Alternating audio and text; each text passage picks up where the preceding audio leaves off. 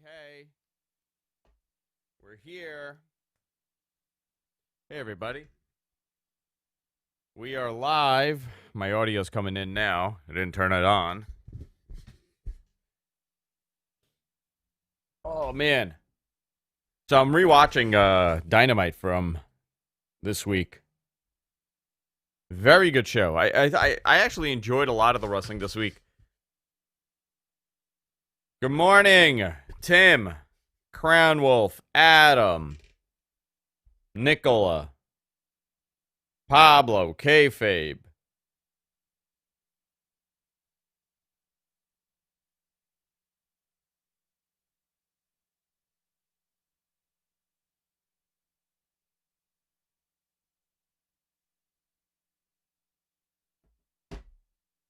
Ha ha ha ha ha ha ha ha ha ha. All right. Yeah, this was a good match. You know what I don't like about AEW and their setup? How the managers just stand on that ramp and just it's very distracting. Like I'm watching Arn right now just standing around on that ramp.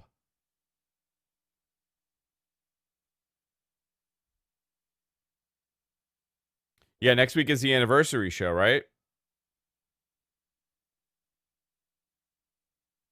Happy Saturday, Ruben! Mr. Michael Law. Let's get the whole gang in here. Rich is on his way. Getting ready. I want to come on a little early and hang out with you guys.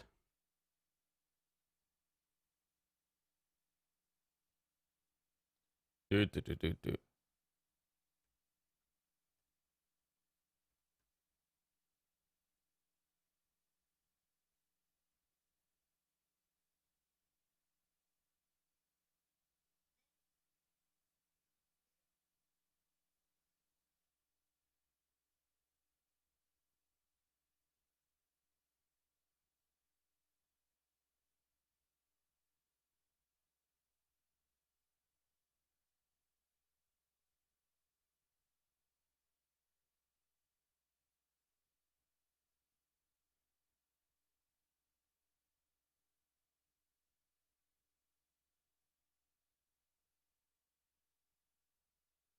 All right.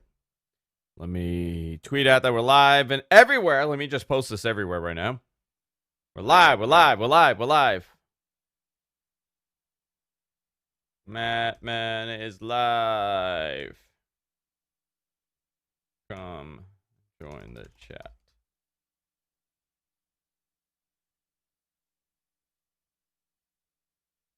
All right. Hey, Andrew, how's it going? It's going good, man. Oh, this is what we're going to do. So we raised $250 for a chair. I think what I'm going to do is leave it up to you guys to select it. So what we'll do is pick like 4 chairs, right? And then we'll just put it on Facebook, on Twitter, and we'll have everybody vote on which one I should get, since you guys crowdfunded this. I think that's the best way to do it. My reggae is high today, my friend. What's everybody's reggae? Not sure on my reggae yet, Kayfabe said. It's early. I'm at a 250 right now. What the hell is this? It's Alex Reynolds. So, let's see. Game Men coming soon. Not this week. Next week we'll do something. So what we're going to do, we wanted to do Retro Men, where Rich and I pick a week in wrestling from, my memory's pretty good, from 91 to like 92, like retro-wise. I mean, throughout the 90s, right? But I want to do like that whole VHS effect, and we're going to do a whole 90s themed Mat Men.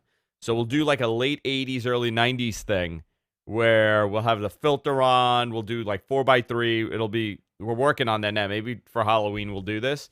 But we need to pick a week in wrestling that I could kind of talk about. So I was thinking doing like October 91. Are you still going to play Battleground? I got to buy it. Yeah, I still want to play it. I just got to figure it out with Rich. So I got to do some homework on this. What's my favorite Eddie moment? God, so many. A lot of his WCW stuff was phenomenal. A lot of the lucha matches he had was great. I think for some weird reason he'll always be tied in with JBL in that bloodbath that they had in that match where he was just busted wide open. Him and Ray at Havoc, phenomenal. Yeah, so MG Geek, maybe we should plan this. So I was thinking we could do possibly leading into Rumble 91. So, yeah, no. Rumble 92. So, the whole flair going into the WWF, everything that happened in WCW. I think that would be an interesting week to cover. Because you could speculate on the WrestleMania main event. I mean, we're going to do it without having any hindsight. We're going to pretend like we've never seen this. Wow, Brody is covered right now.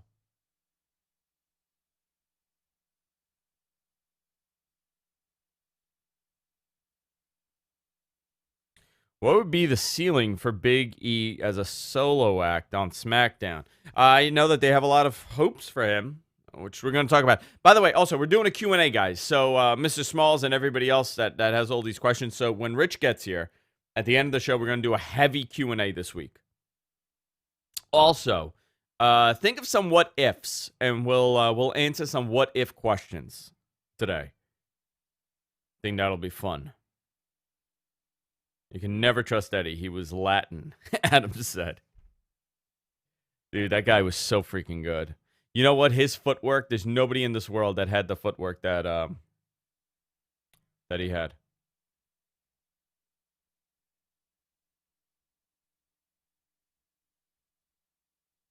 He was just so freaking good.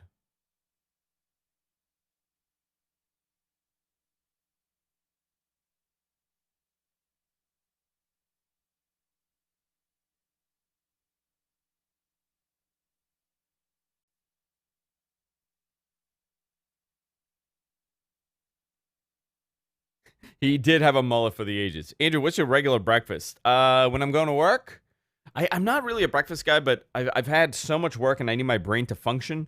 I'm just doing bacon, egg, and cheeses. Bacon, egg, and cheese on a roll, salt, pepper, ketchup. That's it. Sometimes on an everything bagel. Get it from one of the food carts. $3, you're good. $3.50. Egg, sausage, potatoes for breakfast for the win. That's too much food, dude. How do you... if I had, like, one of those big breakfasts... Yo, we're talking about breakfast. Hell yeah. Do you do a big, hearty breakfast? If I work out really hard in the morning, I can't do it, dude. It's too much. But it's usually, like, chicken sausage and egg whites. Okay. That's kind of healthy. You're not talking about, like, the beans and the potatoes... And a full-on English breakfast. What do they eat? Liver cakes over there? I want to say eggs, sausage, blood sausage.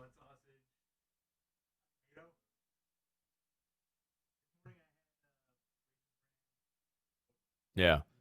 Dude, I feel like I'm going to melt. No, I did. I had my father made frittatas. A big old dick. That's what I had. Boom. Egg burrito for me. Don't work in the field. Actual fields? I do not work in fields. I work in Midtown Manhattan. Yeah, I do the bacon, egg, and cheese, dude. And a black coffee. Always a black coffee. No sugar, no nothing.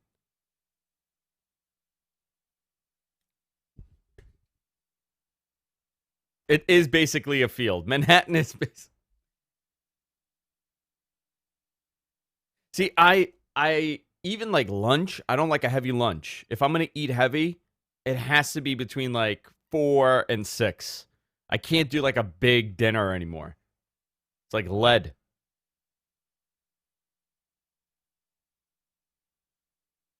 You like a little milk in the coffee. I'm just doing like heavy black coffee.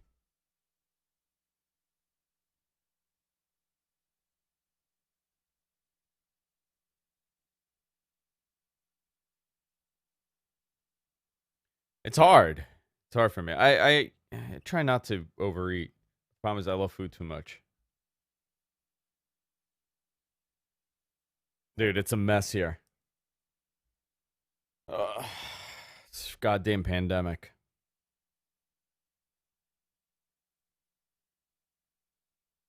My coffee is like my emotions and my humor. Dark AF.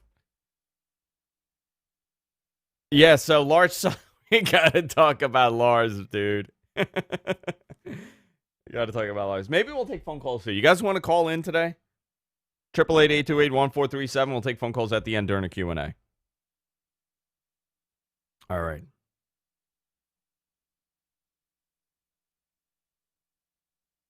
Big fat dick for breakfast, bro. You're wearing your boy shorts. I am wearing my boy shorts. Here we go. Because I'm a sexy boy. Dude. No, why? It smells like cigarettes? Really? So I'm going to self-tan today. Oh, yeah. Just the piece of deal. That's it. Hang on. This freaking dog.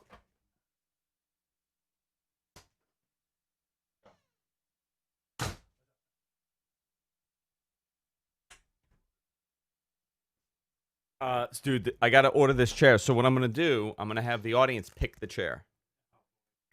Dude, it's really like. Do you see this? It's like it's totally lopsided. This was a really good match. No. There's gonna be requirements. Hi. And look, he just goes behind me. Yes.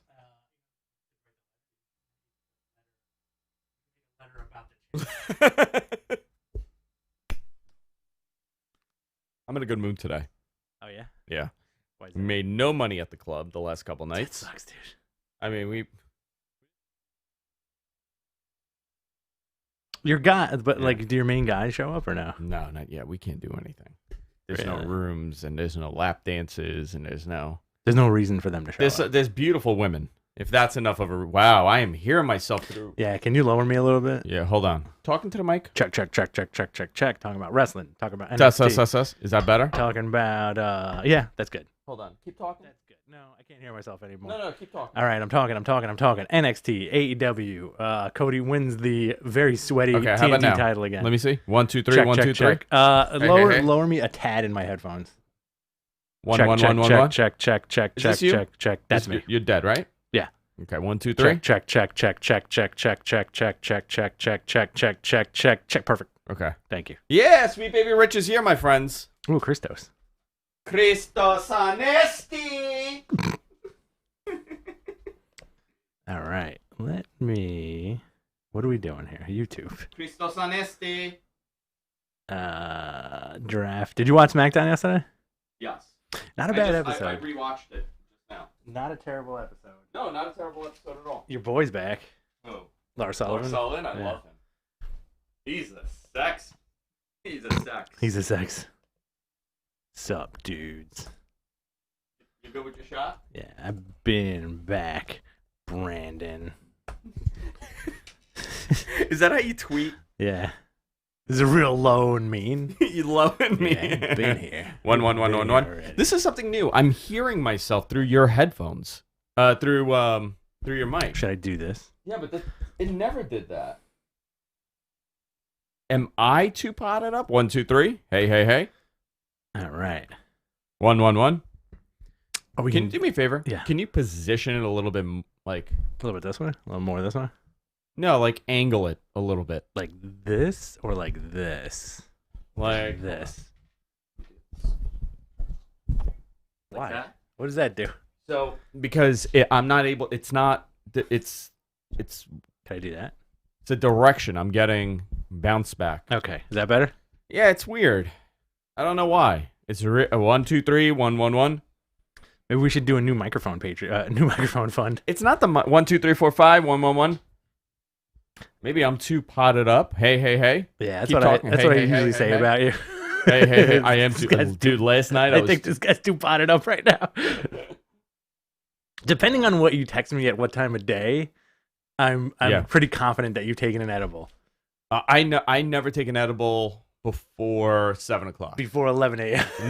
I've never gotten stoned before 7 o'clock. Really? Yeah. Like ever? It's one of my rules in life. Really? Yeah. That's very interesting. Ever. Even if you're just chilling outside? Never. Oh, well, we Never. got kids now, so it's a little different. I've never gotten stoned during the day.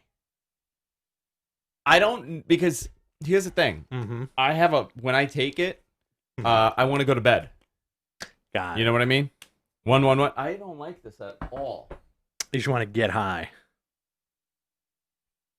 Test, test, test, test, test, test. Hey, hey. Guys, can you hear us okay? 1 1 1 1 1. Hey, hey, hey. Are we doing Sex Men today? Oh, sex men. All right, let's do this. Where's MG Geek?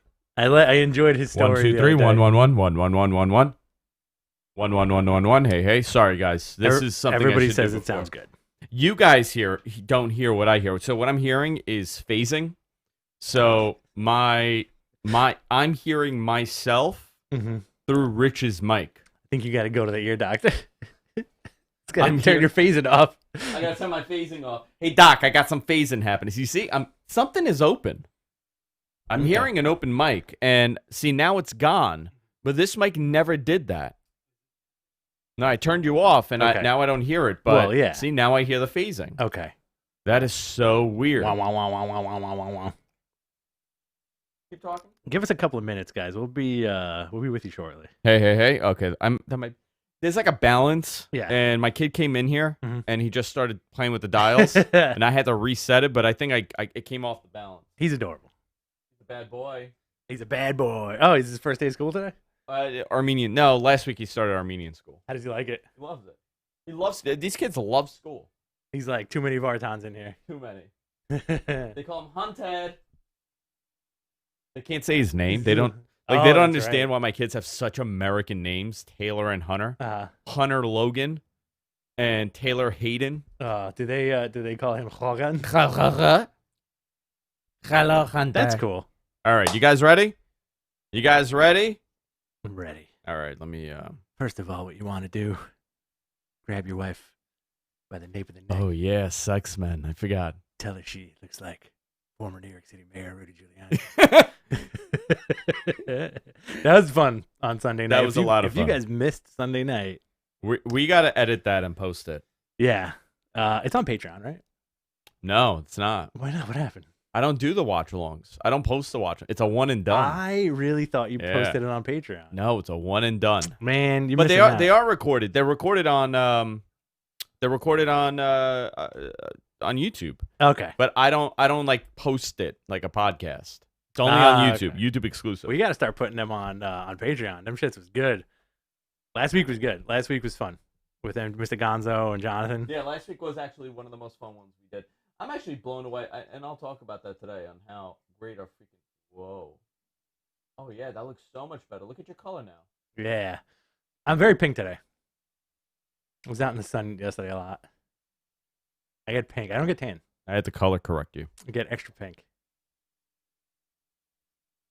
You know, for a Middle Eastern Latino... I'm very white. You're very white. very. Hang on. Like how white... This is how white I am. Oh, yeah. Generally. That is very white. Yeah. And obscene. It's obscenely white. All right, guys. Let your friends know we're going live now. Tweet it out, boys and girls. Let everybody know that this is... I got a great compliment from... I don't think I could say who. We got a great compliment, I should say. Okay. Was it your wife? It was from my wife. She said, you guys are cute. She doesn't like being credited. From a wrestler. Oh, cool. Yeah. A signed wrestler. Signed wrestler. A WWE wrestler. A WWE wrestler. Oh, interesting. Yeah. You guys are good. Yeah. Was it Kevin Owens? It was not Kevin Owens, but I just told my brother the story about how I ran into him in Manhattan, and I thought it was a guy I cosplaying as Kevin Owens. And he was like, bro, it's me. I'm Canadian. I have to tell you, I don't want to say it. It's going to be mean. It's okay.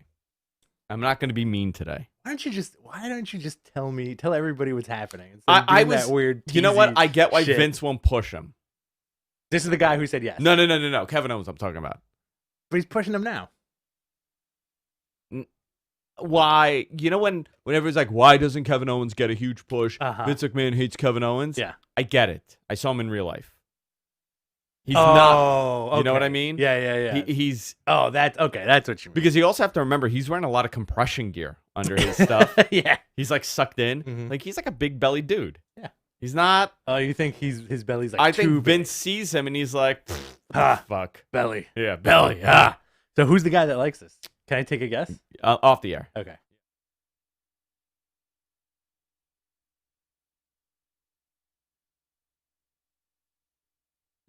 You know what though? Still Every time made that up. What? This guy just said Hulk Hogan loves it. Every time we like those guys end up doing our show and stuff, they're always very impressed.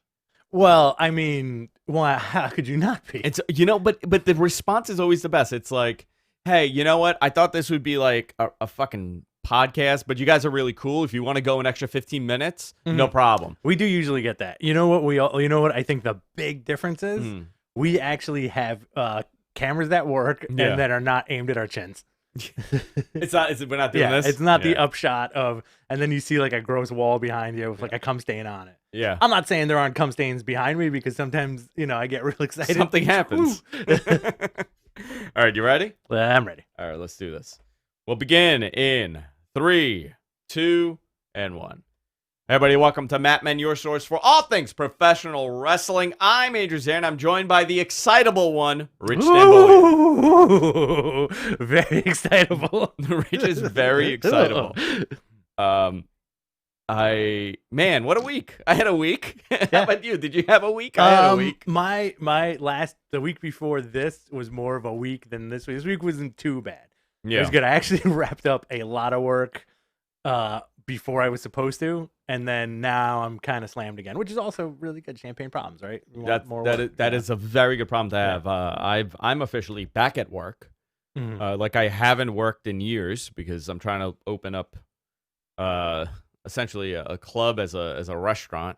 So it's been very exhausting of a week, but I'm here. We're here. It's Saturday, special Saturday edition on Matt Men. We're gonna have a big Q&A segment at the end. So this is what I told everybody. Submit your questions, right? Sometimes there aren't a lot of questions. If a lot's not happening in wrestling, obviously we're not going to get a lot of questions. However, let's submit some what ifs. I love those what if segments we used to do on the show. Send us your what ifs. Our most infamous what if is what if the Ultimate Warrior joined WWF? Didn't leave WWE in 1996 or returned. No, I'm sorry. What if Ultimate Warrior returned to WWF in 1998? That's what it was, because he was very close to signing a contract. And there's an open love letter essentially from Vince McMahon offering him this deal that would have gone through 2002. Wow. And we broke this down, and somebody posted it on Reddit recently. What is happening outside? I think the mothership. The mothership just landed? Yeah. We hear it. You guys don't. We're getting beamed up. I hope so, man. I hope they just take me. So we did this whole thing, and we did it like 2 years ago, and somebody posted on Reddit, and it blew up. And all I'm getting now on my personal Twitter is Ultimate Warrior questions. Like I knew something that wasn't public. Yeah. Which is really funny. Bro, I can't do my research. So wait a minute. How did you know this? By the way, I got into a big thing about Craig Carton on Twitter. Did you see my Twitter? And my feud for Craig Carton, radio guy, WFAN radio guy that went to prison with a friend of ours. Is he a friend of ours? No, with a friend of ours. Oh, that guy. I know the friend. Yeah, but, you know the friend. Okay. So I made a post, and all of a sudden I've gotten these knuckleheads that are like, what do you know that we don't know? I'm getting a lot of those. So, dude, submit your questions. Guys, wait till the end. Submit them. We got a jam-packed show. A lot happened in pro wrestling. I really enjoyed wrestling this week. Wrestling was a lot of fun this week. Quick shout-out to Tim Traver for $2. Oh, nice. Walking and listening to my Matt Men family. Thanks, bud. Awesome.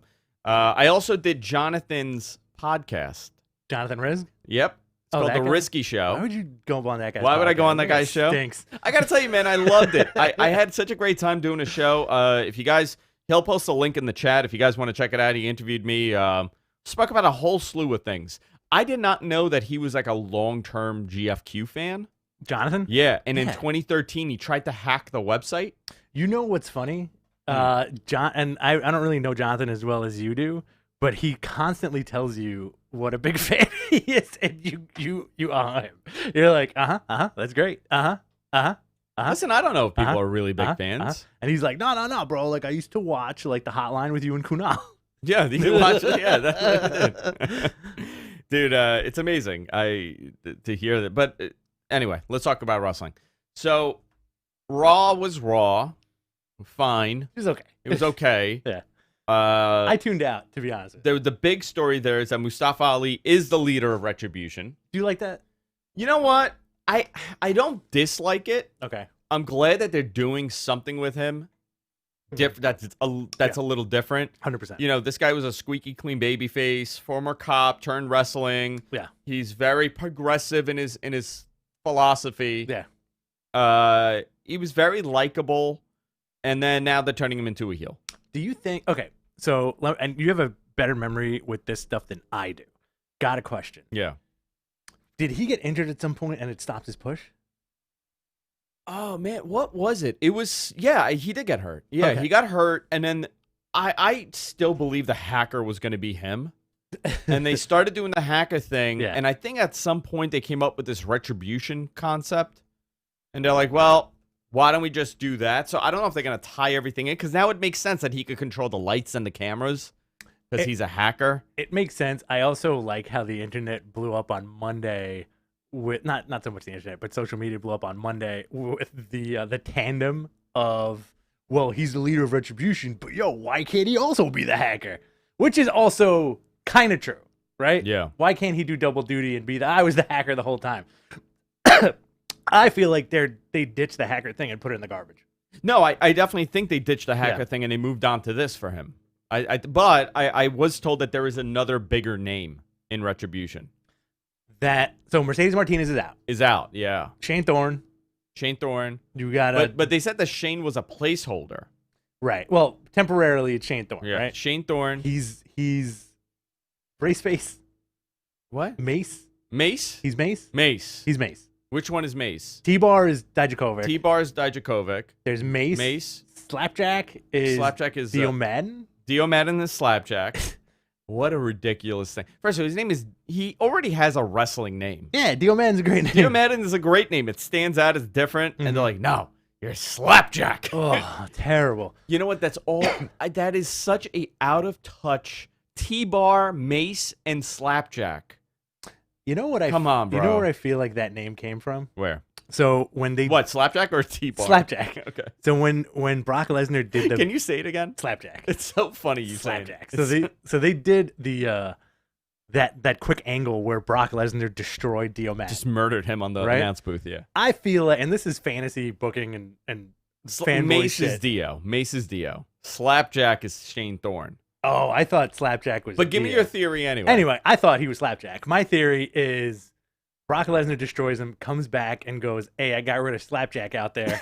And then Vince made a weird note of that, and it was like, "Oh, I like that. I like that Slapjack." You know what? That's probably the most logical explanation for the name. But Yeah. I guarantee you it's some nonsense corporate reasoning. Like, they did a poll. They took a survey of viewers, and they gave them names and how people responded to this. Mhm. Unfortunately, a group was like 50-year-old women. They're like, Slapjack, I like that. Oh, that's great. I also think that those names also make me feel like Vince McMahon is a huge Jerky Boys fan. Can you imagine? You know? Your daughter came to my house today. She kicked my dog. Yeah. Slapjack. Get out I there, need my Slapjack. shoes and my glasses, so I has them. Do you like the Jerky Boys? I used to love the I used to Jerky- love the Jerky Boys. Who didn't?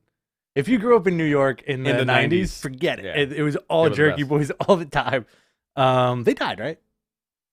I believe they're all They're alive. still alive. They're all alive. I believe they were from Forest Hills, from Queens. So they got rid of Mercedes Martinez. Yeah. Okay. So now it's back to my original point. It's Slapjack, T-Bar, Mace. And then what's her name? Mia Yim's name. Damn, it's with an R, right? Someone. I can't even keep it. A retractor. Retractor. Or something. And then you have the other lady, right? Or is it just Mia Yim? I think it's now just Mia Yim. Okay. It's too many people in and out. But however, they are. There's going to be somebody else. There's Like another big name. A bigger name. Okay. I was always told that there's a bigger name, and when I said, "Well, is it Ali?" They said, "No, somebody else." Retaliation. Retaliate? No. Is it really? Her name is Retaliation. That's what MG Geek says, man. Mr. Gonzo is never wrong. I mean, he's kind of wrong, but How do you walk around with your name as Retaliation? how do you walk around with your name as Slapjack? I mean, I would be like, it's a nickname, right? Like, hey, T-Bar, it's a nickname. Slapjack, Mace, nicknames, right? You know why his name is Mace? Why? He went to a riot and got pepper sprayed. Oh no, I thought he was gonna. he He was started crying. he was like a huge Mace fan, like Mace, like P. Diddy Mace? yeah, like that, Take that. like that You know what it Mace. is? Also, like backstage, these guys have to kind of go by their names, their gimmick names, right? You know how like everybody calls It's Dan- Reckoning. Reckoning. Okay. Deacon is right. Deacon was absolutely right about this. You know how the boys go by their gimmick names. Like everybody backstage Yeah. calls Daniel Bryan Dragon. Yeah. He's American Dragon. Are people gonna walk around calling these guys hey T-Bar, Hey, T-Bar, come Hey. over here. hey Mace, hey Slapjack? I don't know, man. I don't know. Would you Terrible. if you were on that roster, Uh-huh. would you and they gave you the name Slapjack? I would tell them to go fuck themselves. Would you'd look at it and be like, Are I you don't know- kidding me? I don't know about this guy. This is I would lose it. Mhm. I think that's part of the problem. Like nobody's like, what's wrong with you people? Like, do you? Let's talk about this for a second, right? Okay. Like, Okay. is anybody like? I get it that they're glad that they got an opportunity, Yes. but they gotta be like, guys, this is stupid. Mhm. Mace, T-Bar, Reckoning. Yeah. Why? Do you think Slapjack? Do you- Slapjack should explain how dumb this whole thing is. The name. Oh, 100%. Why can't they just be their whatever? Mhm. Their names. Okay, here's the other question for that situation. Now, do you think at least a couple of them turned around and honestly said, listen, this is stupid, but I'll do it anyway? I don't know. I is that David Arquette's gimmick with the thing that comes out of his hands? Oh, I don't know. I I think didn't, it I is. didn't know David Arquette had a gimmick. Yeah, that's his gimmick. Well, I watched a David Arquette documentary yesterday. How was it? I got to tell you, it was interesting. He's a very sad man. He's That's your takeaway? yeah, he's just such a sad man. Like I want to have him on the show. Okay. And I told Jess is like, we were watching it together. Mhm. She's like, you saw that? I'm like, you know what? I'm like, I think I could be friends with him. And Jess looked at me. She goes, you know what? In like a Machiavellian sense? That was really Not weird the way not you in said a it. Machiavellian. Yes, kind. Yeah. I could manifest this in my head, and I could be friends with David Arquette.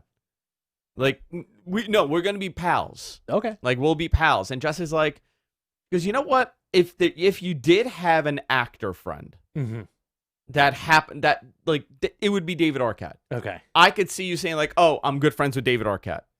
That's, And it wouldn't be yeah. unbelievable. It wouldn't be like interesting. I'm really good friends with Matthew McConaughey. Mhm. It like that would be like, that's weird. He would never be your friend. He would never be my friend. Tom Cruise and I are never going to be good I friends. could see Tom Cruise being your friend. You think so? Yeah. Maybe. I could see Tom Cruise I being your can't friend. manifest that. I don't have that power, but I do have the ability to put it in my mind that I will Mhm. be friends with David Arquette. It's going to happen. And it's going to happen. He's going to come on the show and we're going to be like pals. It's going to be like, oh, David Arquette's back in studio. And he'll come in and he's like, oh, I was in New York. I just wanted to stop by. Mhm. And we'll hang out with David Arquette. Okay. I'm manifesting this. You going to make this happen? And I'm going to make it happen. Watch. That'd be cool. And I threatened Jess with this. Like, hey, yo, if you don't treat me good, I'm going to Yeah. be David Arquette's friend. I'm like, and I go, I'm telling you right now, Jess. Uh-huh. I'm telling you right now, within a year, David Arquette will be hanging out with us. He'll be here, and you'll be so annoyed that David Arquette is coming to do another podcast. He's showing up for the show. He's hanging out for the watch-alongs. Mattman After Dark. David Arquette is now on the show. At this point, was Jess holding your two children and saying, Andrew, if I have to hear any more of this, I'm taking them and I'm taking the leaving. kids. No, I was very stoned. Yeah. I was very stoned It's last like- night. Were you? I imagine you being so stoned. You ever see? Man, I lost the name of the movie, but I imagine you just like being really high on your back and just like swimming. Oh, I bet. Like, Sometimes that happens. Kind of like you don't know where you are. I'm telling you right now, guys. I've manifested this thought. I've manifested this into the universe. Mm-hmm. I'm gonna become friends with David Arquette, and not in like in a bad way. It's not like a gotcha. I actually want to get to know this guy because I saw the documentary. It was actually very interesting. He, you kind of get a glimpse of his life, and a lot of it was like they were doing. It wasn't a pure documentary. It was also like. It's not a mockumentary. It's not a documentary. It's somewhere in the middle. Because there was a lot of like planned moments. Did they show the Nick Cage thing? Yes. Oh, that's brutal. Okay, that Nick Cage, I got to tell you, that was really bad. I forgot a lot about it. I had read a lot about it, but he essentially, I mean, he could have died. Oh yeah, dude. I mean that cut was terrible on his throat, and it's because the light bulb broke and just severed it here. Yeah, it was crazy. And this freaking guy pretty much pinned down Nick Cage. Was like, "What the fuck you doing to me?" And he got up and just left, and he thought about it for a second, and he went back in the ring to do the finish. Didn't Luke Perry save his life? Luke Perry drove him to the hospital. Yeah, right. Yeah, crazy, right? Crazy. That's wild. That's a wild story. It is a wild story. Who else is on your list? To be when you watch TV, because I kind of do the same thing. Yeah. If you watch TV or watch a movie, who is on that list of like, let's just do a couple? Yeah. I think I could be friends with this guy. Oh, that's a good question. David Arquette. David Arquette Clearly. for sure. Not McConaughey. Tom Cruise, I'll give you. Honestly. You think Tom Cruise? I could be. I think if you Tom met him Cruise? in like a business situation, Yeah. I feel like you Kevin guys would James. get along. I feel like Kevin James and I could be friends. Okay, I don't see that though. You don't see it? No, I don't see it. Who? I don't know. That's an interesting. Are you a big Kevin James fan? I like him in King of Queens. Big Mall Cop. Big Don't Paul like Blart fan. No, not a fan of his movies. Just like him in King of Queens. Okay. I don't know. That's a great question. I got to think about that. Ayaz says, Ayaz is in the chat room. What up, Ayaz? Mark Paul Gosselaar is on his list Oh yeah, he's on everybody's list to be friends with. to be friends. I have no desire to be. I want to be with friends with Zach Morris. Mark Paul. Yeah. Yeah. Okay. We are on a total tangent right now. It's fine. It's fine. It's okay. I enjoy the little valleys of the episodes where I get to pick your brain a little bit. Chris Jericho I could be friends with. I doubt that. Yes, I can. Okay. I got the podcasting thing. I could get right in there with the podcasting thing. So let's do. I could force a friendship with Chris Jericho. So let's manifest David Arquette first. Yeah. Okay. All right. AEW roster. AEW roster, like all of them. Everybody. They'd all come on right now. Every one of them. All the Dark Order guys. All those guys could come in. Listen, how many friends do we have on that roster that have done the show? That is true. A ton of them. Ton of them have been here. So I'm going to skip Monday night. It was whatever. I think the Ali stuff was pretty. You know who we could be friends with? Mansoor. Oh, 100%. Mansoor, 100% we could be friends with. You know what? Maybe not. I feel like that's the dude that we'll go to a club with him. Yeah. This is the picture I'm painting. Nightclub? Really exclusive nightclub. Okay. That's not Sapphire. Okay. Right? He'll be like, guys, this place just opened up. I'll get you in. And then they close the velvet rope right behind him. And he goes, sorry, guys. See you later. He's that guy. I think we could be friends with Mansoor. Okay. Yeah. I like 100%. this. Mr. Gonzo says he could be his wish is Ice-T. He wants to be friends with Ice-T? I want to be friends with Ice-T's character on Law and Order. I want him to just walk into rooms and be like, yo, we got some bad shit that's happening outside. And that's it. I feel like you could get Ice-T to do the podcast ahead of David Arquette. Oh, man. I feel like if you asked him politely on social media, Ice-T? I feel All right, like he would turn around and be like, yeah, I'll do it. He's so cool, man. As a Mike Tyson. That's not bad. I'll take that. So, what did you think of NXT? By the way, NXT looks great in the new building. Love it. Totally different vibe. It's cool that they got the audience in the front. Yes. With the the big screens with everybody zooming in. I think it was really awesome. It did freshen up the show for sure. It livened up the whole thing. And it makes it look like it's in a much larger building. It's interesting that they didn't do that prior. Now, here's the interesting thing. NXT, prior to COVID happening, was going to start filming a NXT Underground style show with the guys that are not being utilized on TV for the WWE Network. So it was going to be a 1-hour show with all the up-and-coming guys that they've recently signed and all those Evolve guys that came. And they did film a pilot. And part of the concept was to do it at the Performance Center and have like a cool vibe. This is it. The reason why they're doing those metal grates and everything is that this was part of that plan. And I think it's really cool if they do continue with that. If they do, do you think we could do that? An NXT, an NXT Underground. It's not going to be called that, obviously, but that was the original pitch. Like a NXT show for the developmental type guys. Yes, I think so. But also, like, immediately as soon as you described it, I thought of Ring of Honor. Well, that's kind of what it would be. I like the vibe that the new area and the new zone, the NXT zone, brings. I like that it's very close to what the NBA bubble looks like. Yeah, it is. Yeah. Crowd in the front. Yep.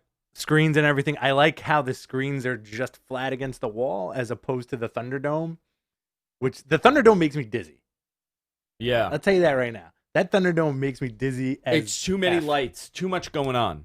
The NXT stuff is just right. Yeah. Also, I really enjoyed the start of the show with Kishida versus Tommaso Ciampa. Very good match. I like the direction that they're pushing Kishida in, making him more hard-hitting. Mm-hmm. And I do like the feud with him and American Dream, with Velveteen Dream. Yeah, I thought that match was very good. So there's a lot going on here. We did a whole watch-along for NXT for the show. We're not going to really dive into that, but pretty much Finn Balor, broken jaw. Fractured jaw. Yeah. Fractured jaw. It's not as bad as people think. Mm-hmm. He'll be fine. But he did fracture jaw, and I think Kyle O'Reilly was concussed. He had a bruised liver. Oh, is that what it was? From one of the kicks. Oh, yikes. Finn delivered. So we were watching this live, and when he nailed, they were really hitting each other hard. I thought it was a phenomenal match of the year for WWE for sure. I'm curious what Dave gave it. If the Observer came out with his rankings, I'm curious because I haven't read it. MG Geek, I'm sure you could find it. I don't know if he gave it 5 stars. If he did, we would have heard it. But I thought that was a 5-star level match. I thought the storytelling in the match was great. These guys did a great job. And I feel like this may be a little recovery for NXT for being, moved away from that stale look. The show looks a lot better. So very happy with that. AEW had the Chris Jericho 30-year anniversary show. Right now, we're actually watching this right now. I'm sorry. Can we go back to NXT for a little bit? They also announced an injury to the end of the event showed Adam Cole being dragged to the ring by Ridge Holland. Yes. They announced the injury to Ridge Holland now. Yeah, he did something to his ankle. Yeah. So the end of the NXT show was to make a big setup for something happening with Undisputed Era, with Adam Cole getting beat up, Kyle O'Reilly still being face, Adam Cole being face, and then Roddy and Fish kind of being the, I guess, like ambiguous, right? Yeah. Kind of like tweeners, maybe? I guess so. And it kind of hinged on, like, why did Ridge Holland do this? Yeah. Right? And unfortunately, this dude got, like, legit, it seemed like he got legit hurt. And by the way, he had a great match. I thought that was a really good match he was having on NXT. They're high on him and Dexter Lumis. They're because they're big guys. Big dudes. Yeah. Yeah. They're exactly what Vince likes. Mm-hmm. Big guys. Ominous. And you also had 2 ladies matches end the show. What were the matches? Shotzi versus Shia Lee. And by the way, Shotzi's a fan of ours. He's great, man. He's a fan of Mat Men. Yeah. And you had the tag match with the returning Ember Moon. Yes, so Ember Moon's back in NXT. I think that's a good place for her. I find it interesting. So we'll go to AEW and then we'll talk about the draft because I have a lot of notes from the draft that we got to talk about. What you think of the AEW show? I really enjoyed it. I also feel like if you can't get more niche than having Luther on TV. Yes, with Jericho. Right. That is for a very specific generation of fans. And honestly, I'll be honest with you. Like, I would love to be like, oh yeah, I know Dr. Luther from FNW. You know? Didn't really know him too much. I don't know him too much. I know the name. Yeah. And I went down a rabbit hole of, I remember watching Japanese stuff and remember seeing Dr. Luther. Yes. I remember seeing it. I don't remember him per se, but I remember the character of Dr. Luther. And I used to get a lot of those FMW and Wings. Okay. Wings tapes. Yeah. From Jack. So I've seen I've seen Dr. Luther stuff, but it was never like, oh, I got to see this Dr. Luther match. I always thought he was German. Dr. Luther? Like years ago. Like, because of all the Japanese stuff. Oh, that's interesting. I always thought he was German. It's like Mr. Pogo, okay? Mr. Pogo. Yeah. I remember seeing the name Mr. Pogo everywhere. I really didn't give a shit, though, right? It didn't really, it was weird. Like, it was like a weird subculture of Japanese wrestling that wasn't all Japan or New Japan. It was like, you know, you had all these weird characters there, like Jason, Freddy Krueger, Leatherface, so fascinating. Mr. Pogo, yeah, Ghetto and Jetto, Liger. No, I'm talking about like the FMW guys. Yeah. I'm talking about the Wing and like the hardcore stuff. They had a very bizarre group of people, and Dr. Luther was part of that for many, many years. I've never seen a Dr. This was the first time I've actually watched the Dr. Luther match. Okay. You know, him and Jericho it was pretty good. Yeah. I think it was a missed opportunity for Lance Storm to be there. Is he banged up? I don't know. I don't know what the story was, but it was very disappointing because, you know, him and Jericho had their first match together, and they had their last singles match was 15 years ago. Wow. At One Night Stand. Wow. And then it would have been cool. They had that match at year 1, year 15, and year 30. It would have been a great way to do it. They could still do this match. I don't know what the story was. Someone I'm sure will talk about it. But you know what? Dr. Luther didn't look terrible. I thought it was pretty cool to see him do this, and good opportunity for him, man. He's at the end of his career. They did a good job. And Jericho gave him so much. Absolutely. They did a good job with Dr. Luther and Serpentico. I like Serpentico. Yeah. The cool thing is that but you know what? Unfortunately, I feel like, and this is my own not even a gripe, but the thing that they did with Serpentico a few months ago where they had Sammy under the mask. Yeah. I feel like he's the perfect guy to do that. Oh, he is the perfect guy. With. Always. You know? Always. So I thought it was a good show. What did you think of the dog collar match? Oh, I really enjoyed it, man. So my expectation for that match, and I don't know if you felt like this, was very low. I don't like that gimmick. Like, it doesn't, like a dog collar, a coal miner's glove, you know, like a loaded boot match or whatever the hell they're going to do. Like, whatever. A loaded boot match. It's very wrestling. The loaded Halliburton on a pole, yeah, you know. Yeah. It's so wrestling. And I didn't have high expectations of the match. I did expect it to be a total bloodbath, which they did do.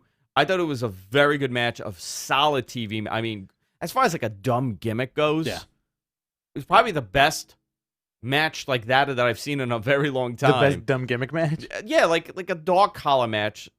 Okay, fine. Is that the best dog collar match I've ever seen? Probably. Yeah. Was it better than Piper and Greg Valentine? I don't know. 1983. It's a very weird bar to gauge. It is. I did like how they had Greg Valentine melting in the audience. But the thing that immediately, my brain goes kind of everywhere when I watch wrestling in like a weird way. And like some stuff I feel like, you know what, I'm not going to tweet this. Yeah. But one of the things was seeing Greg Valentine in the audience made me be like, I feel like he switched places with Trump in the late 90s. And like, it's just like, they made a deal where they were like, we're not going to talk about it. I'll be you and you be me. And we're the only ones who know. Listen, Greg, you be me. You be an excellent me. It's okay. It'll be fabulous. It'll be incredible. And it's Greg Valentine. It's Greg Hammer Valentine. He's the president. Yeah. I love that. Because they both look like they're melting. You know what? That's the best conspiracy theory I've ever heard. Oh, isn't it? Mm-hmm. Really? Mm-hmm. Better than simulation theory? No, nothing's better than simulation. Are you still in theory. a coma, by the way? I haven't gotten up from this. I have not gotten up from this coma. So, I thought that was a good show. They're setting up for next week. Next week is the anniversary show that they're going to be doing. 1 year anniversary of Dynamite. I'm excited. Yeah, dude, we got wrestling on TNT. It's pretty wrestling. I mean, it's phenomenal. There's something for everybody. There's so much good stuff out there. We got the G1 happening. NXT's back. You know, slowly gearing back up into being what it was. I think they're finally getting their bearings in order. Yeah. I think also they realized that they can't draft these guys. So originally, since we're getting to SmackDown last night, they had the draft. These guys were all going to be in the draft. And something that I was told was that they were very much considering Nakamura being the next name to go down back to NXT. Really? Yes. I don't know if it's still happening. I doubt that it's going to happen, but that was part of the plan, that they were going to flip Balor for Knock. That's weird. So they're going to take Balor back because Balor was only supposed to do this till SummerSlam. And the quarantine happened. Guy's having a great time. And he's having such a great time. Well, I don't know how much of a great time, but he was... The quarantine happened, they needed more talent, and the ratings started slipping. So they decided to keep him there longer. Now they put the title on him. He wasn't supposed to have the title on him yet. Everything got wacky, essentially, right? Keith Lee got the title, immediately they moved him up, which was really, really weird. No, man, that you knew that was coming. I know, but don't you think it was weird how quickly they did it? And by the way, is he in a main picture now? No, he's like a regular guy. Just once again, he's a regular guy on the roster. Heat him up, cool him off. Always. Yeah. Always. That's what they do always. They debut super hot. And then where do they go from there? I also do think that in defense of Keith Lee, I feel like he's a very much a live crowd performer. I think so, but they've tweaked him. If you realize his style has changed now, the way he's working. Slow it down. He's working much slower. His promos are different. His character's different. You know, that's what they do. You go to the main roster, it's like going to another company. Everything that worked for you for the last 15 years, throw it out the window. Now you're T-Bar. Crazy, right? It's really nuts. It really is bizarre to me that they take these guys that are so good. Listen, 15 years, right? You've been doing something for 15 years. Now they're telling you can't do that. You can't speak the way you spoke. You can't wrestle the way that you've wrestled. So now you know what happens? By the way, this is a theory on why all these guys get injured on the main roster. Yeah. Isn't that funny that all these injuries happen in the WWE? It's because you're second guessing everything you're doing. Right. And you could tell by their footwork. Okay. So a great example, master footwork guy, Eddie Guerrero. Yeah. Eddie is, and there's a clip of him and Chavo. There's this match that became like legendary amongst wrestlers. And they always study this. It's him and Chavo versus, I forgot the other two. God damn it. Whatever. Whoever the other two It's the are. one where they nudge them in the right direction. Yes. Yeah. Eddie's footwork, just forget about the moves. Look at his feet. Yeah. Look at his body positioning. It's a masterpiece. Yeah. This guy, it's a freaking masterpiece. That's because he's not second guessing anything he's doing. He's wrestling on autopilot. This guy, the button is pressed and he's moving. The very short-lived Ray and Andrade feud had the same thing. The Ray and Andrade, yes, very good foot. Yeah. You're not second guessing. So what happens now is that these guys come to the main roster and they're big and they're strong and they turn around. They're like, hey, by the way, you know how you come off the ropes with your elbow being a little up? And he's like, yeah. He goes, yeah, don't do that. Put your elbow down. So now you're in the middle of a freaking, and I'm just using an example, right? Yeah. Now you're working the match, and all you're thinking about is your freaking elbow being up. I feel like I agree with you 100%, where it seems like they do that weird thing, and you never know if it's to mess with you. Because do they want to see the wherewithal of somebody who goes, all right, that's great, I'll take that under advisement, and then just goes out there and does their own thing? They do. Yeah, a lot of them do AJ that. Styles, I feel like, is a good example of, like, I think AJ stopped doing certain things, but he still wrestles the same style. Yeah, because I think AJ has balls. You know, that's part of the thing where he'll tell you, no, I'm not doing it. You know, well, Seth Rollins is another guy. Don't tell me what to do. I got it. But also, that's like if somebody bought GFQ Network and said, great, we're going to do podcasts, but you can't look at the camera. You have to look up from now on. So we got our retribution names. I'm Azar. Oh, I like that. You're Milkbone. Oh, yeah, Milkbone. And Deacon is BOS. Milkbone. Bag of shit. BOS, bag of shit. Milkbone. Yeah, you're Milkbone. Hump everything and say, Milkbone. Milkbone's here. So I thought it was pretty good. I thought it was a pretty good week of wrestling. And then last night was Friday Night SmackDown. Dude, Roman Reigns' promo was a highlight for me. That dude sitting in that weird room with the naked babies behind him. Naked baby statues. I popped when this guy somehow worked in Believe That into that promo. I didn't hear the Believe That, but he goes, it didn't have to be like this. I just wanted to help you. I love you. Yeah, very good. Yeah. He worked in the Believe That somehow where he was like, you got to believe in me, et cetera, et cetera. And it was a very serious, and you know what? Believe that. I was like, damn, they worked it in. That's pretty good. That's still his catchphrase. So good. That was really shot well. Yeah, Very shot. Yeah. Shot really well. So that was a highlight. Let's see who went where. It was the first night of the draft. I have it here in my notes. Well, also you had Lars Sullivan returning while you do that. I want to get to that. Oh, we want to get to that because I know you don't like him? I'm going to get to that. Or do you love him now? I think he gives me the heebie-jeebies. Where are the notes, by the way? I just got a text message. We don't really have traditional notes. Is this from Mr. Gonzo? Yes. Mr. Gonzo, please send me the notes. No, he just texted it to me. He just texted me the draft. You gave him your personal phone number? Yeah. Huge mistake. Penis pictures all day. Let me find this. Sorry, guys. That's fine. So the first pick was Drew staying on Raw, and Roman staying on SmackDown. So there you go. Your titles are out. So there were some other big moves here, like the New Day going to Raw with the SmackDown titles. They won the SmackDown tag team titles, and now they're going to Raw. So SmackDown has no tag title now. Which, by the way, I don't think we need 2 tag titles. I agree with you. Unify those freaking belts, have one title, and have them be on both brands. Who are the tag champs on Raw? Street Profits? I don't know. Yeah, Street Profits. Yeah, see, like that. Yeah. Isn't that a weird reaction? But we are getting new tag titles. Yeah. Like they're done. The tag titles are finished. I feel like we've been saying that for ever since we started this podcast. Because they wait and they wait.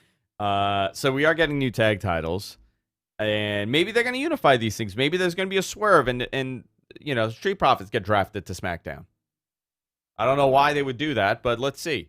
Now what? One has blue belt, and then what are they going to do? Just trade their belts? I would like to see the one belt thing that you just said. Like if they had New Day versus Street Profits for the unification of the tag titles, that would be awesome. It also seems like they're moving a lot of the tag teams to Raw because the rumor is on the next draft it's going to be Miz and Morrison to Raw. Huh? So you're left with no tag teams on SmackDown? Yeah, I think you need the longer show to showcase the tag teams more, and the shorter show to showcase the singles guys more. It's right? so weird. I don't know what they would do. So here were some other ones that they drafted. It was announced on Talking Smack. Humberto staying on Raw. Murphy's going to SmackDown. Great. Drew Gulak goes from SmackDown to Raw. Kalisto staying on SmackDown. Great. Tucker goes from SmackDown to Raw. They split him. The following superstars are still free agents. Raw, Mickey James, SmackDown, Lucha House Party, and Shorty G. And Night 2 is going to be on Monday. Do you think Shorty G is really happy that he doesn't have the dumbest name in the company now? Yes, he's very happy. And then Bianca to SmackDown also. So I expect Street Profits to go to SmackDown. Okay. So you know what they're going to do? They're going to be like, hey, you got the blue title, I got the red. You want to switch them? They're gonna do a backstage skit, and they're just gonna trade their titles. Okay, that's what they're gonna do. All right, that's fine. So dumb. I would like a unification, to be honest. I would love a unification. I think we don't have enough. They have plenty of tag teams, just not enough top tag teams. They don't. What makes a top tag team for you?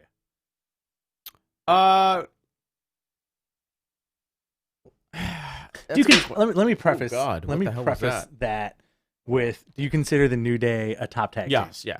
So top act. So Xavier and returning Xavier and Kofi winning last night. The Usos. Okay. Not really Miz and Morrison. I don't consider them a top tag team. Do you consider Miz a top guy?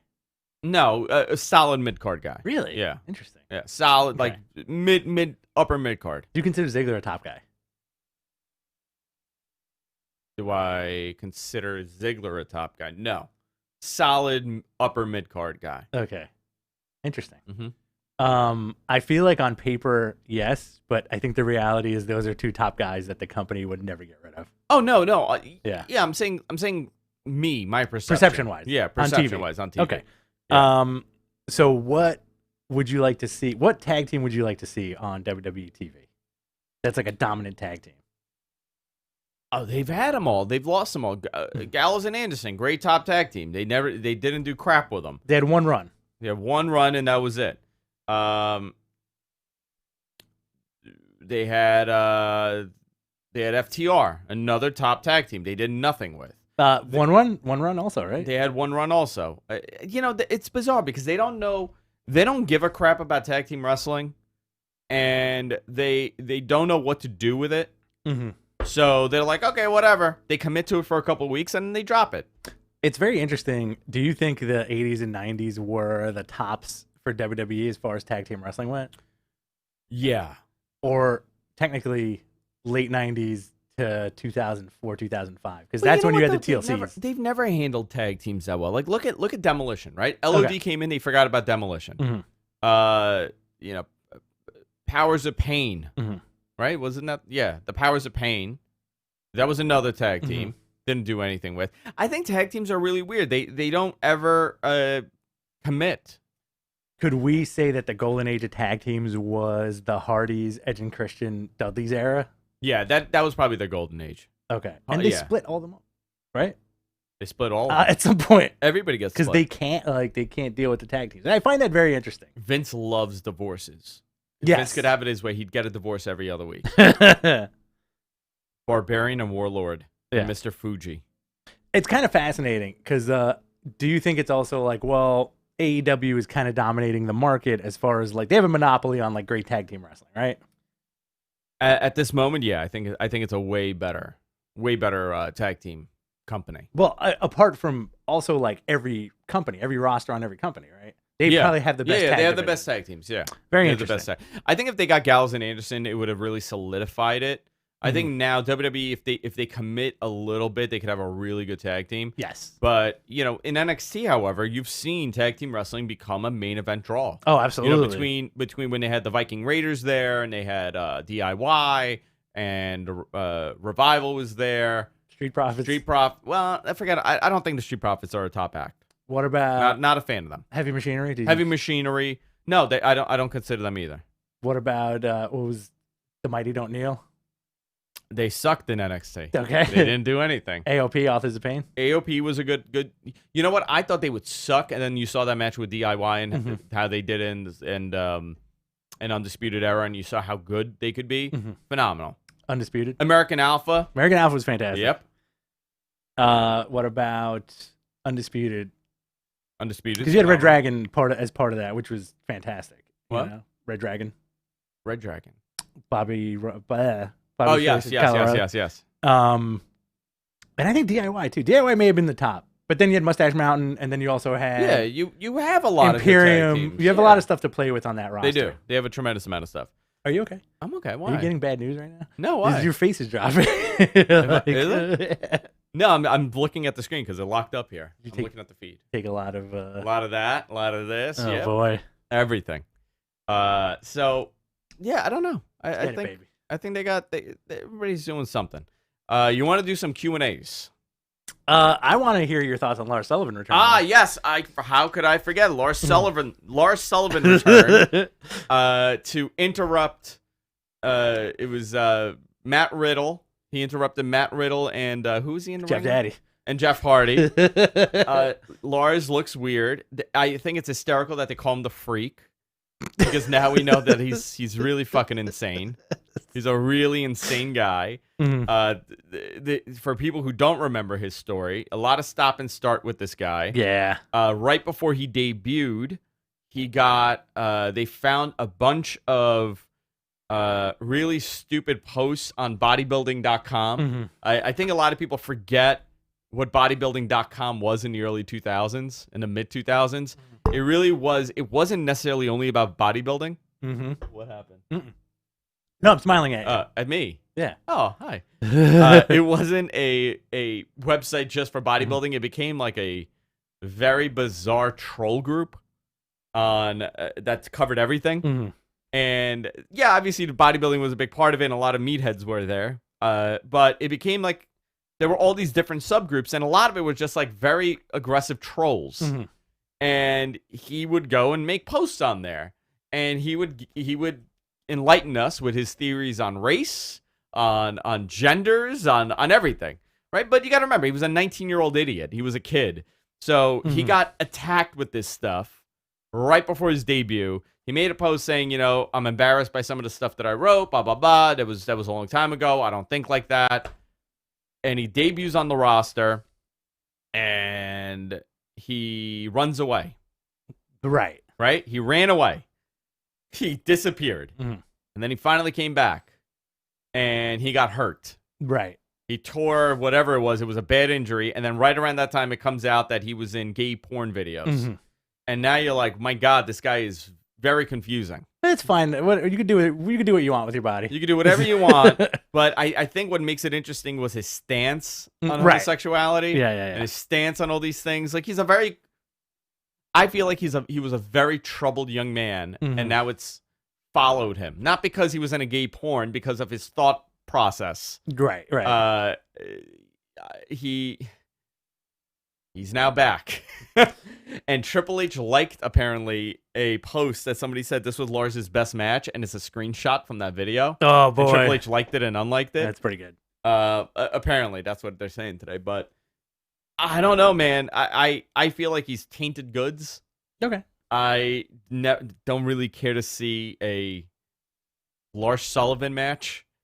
It's interesting how they let so many people go, and then they're like, this guy needs to come back. High caliber, high profile. He needs to beat up Matt Riddle, our golden boy, and he needs to beat Jeff Hardy, our prodigal son. Yeah. You know, I think it's very weird. Also, the one thing I was pointing this out, because I rewatched a little bit this morning too. I was pointing this out to my wife. Jeff Hardy, big guy. He's tall. And when you see Lars Sullivan, who's also a big guy, face to face with Jeff Hardy's that much bigger than him. Yeah. Fascinating, Yeah. right? That era of wrestling where when we saw the Hardy Boys in the 2000s, we were like, these guys are tiny. Yeah, because they were wrestling 8 feet tall giants. Exactly. Now these guys are huge. Yeah. Matt Hardy's a giant at this point. So also, there's a big Matt Riddle lawsuit happening now.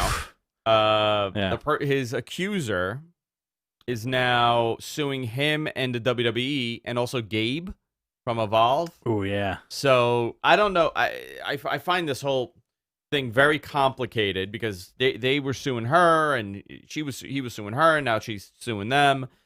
It's gonna be sticky. Not a good situation, but we'll see what happens with that. But the Lars thing, dude, I don't know, man. Do you think there's any?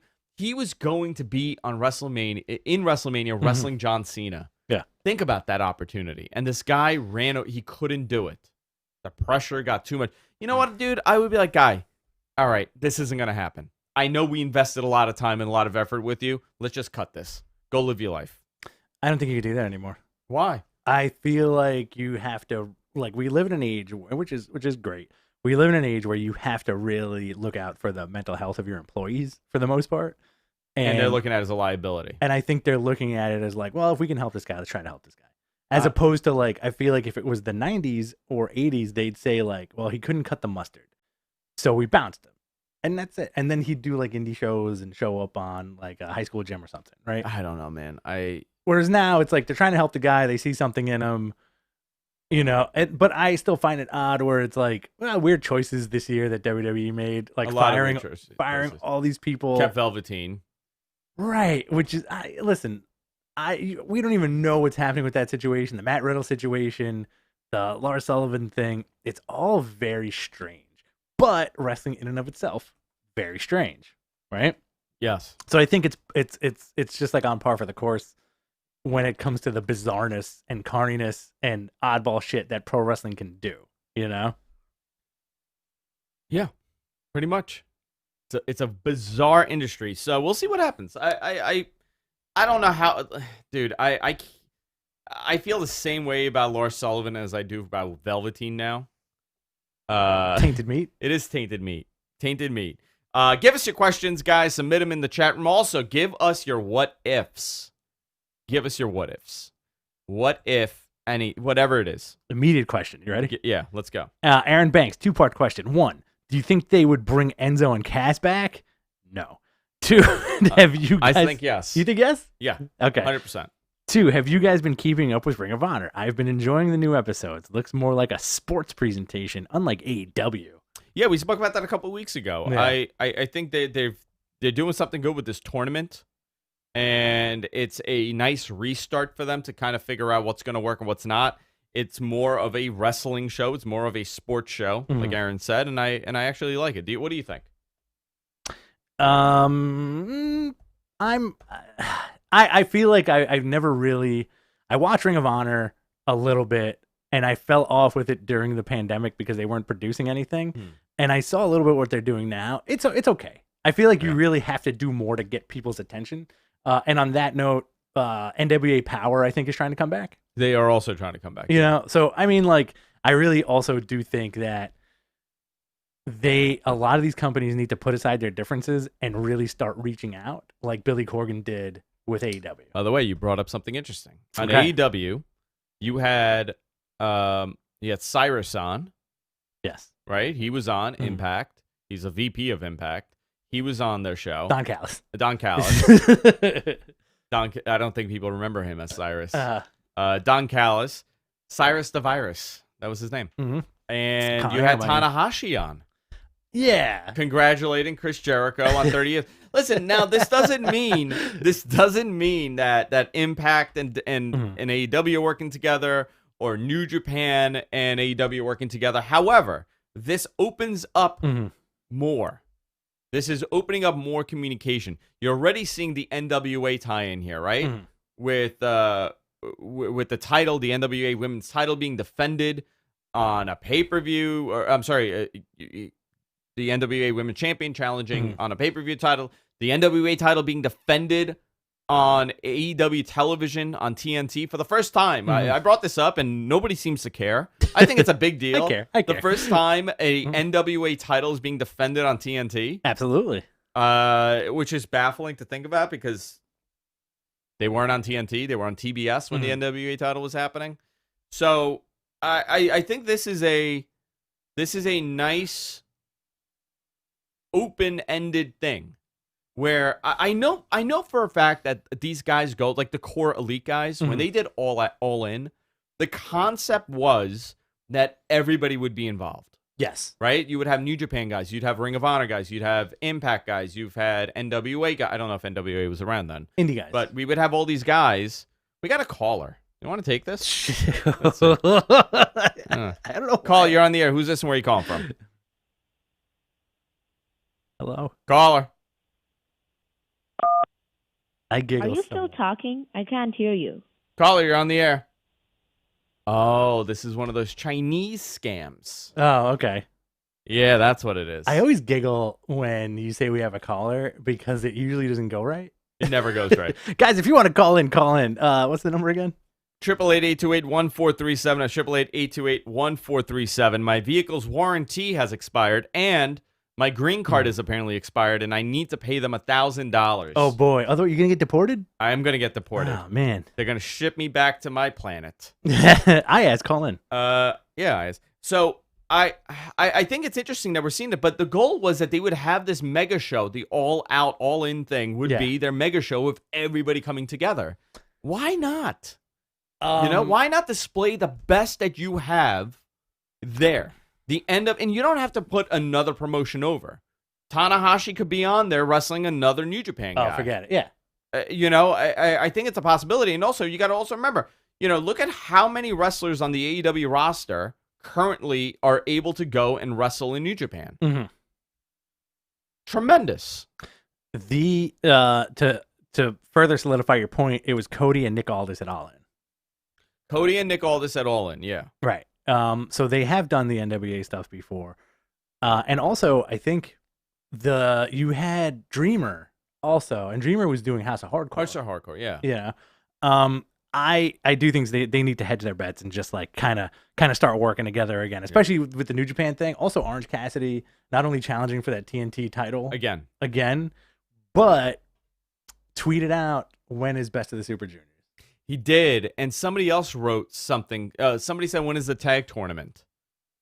Very interesting. Yeah. I'd like to see him in the Super Juniors. I'd like to see him and Yano have a match. Him and Yano, yeah. Let's listen, dude. I think we're in a very interesting moment, but you got to also remember, why did wrestling get so freaking hot in 2016, 2017, 2018? Right. It got hot because everybody was working everywhere. All these promotions were sharing talent. You could go to Evolve. We would go to Evolve and see guys from Impact, guys from the UK, main NXT guys, all under one umbrella, which was really awesome to see. We'll get it again. We will. Pablo we have a lot of questions to get to, guys, so give us a minute and please be patient. Pablo Garcia asks, do you think they'll bring New Day back together? Yes, eventually. Like a Shield reunion. Yeah, definitely bring back. I'm actually disappointed they didn't have a turn happen. Because that was always the plan. Turn one of them and give them a big heel run. And they didn't do it. They just split them. So maybe there's more to come with this. I agree with that. Adam, how is anyone supposed to take Lars as a serious tough guy? I don't know. I think. Listen, here's the thing, right? 90% of that 90% of the viewers don't really give a shit. They don't know anything about Lars Sullivan. Absolutely. They only know what they see on TV. It's such a small fraction of the wrestling audience that goes on these message boards, and obviously they're influencers. These guys are the ones setting the trend, but and they're the vocal ones. But you got to remember, they're building a product. How many of the people watching of the 2.5 million people know about Lars Sullivan's issues? I would say it's less than half, and that's how they're banking on this. They're like, well, they probably have some metric. They're like, well, only 20%, 25% of our audience is sitting on social media.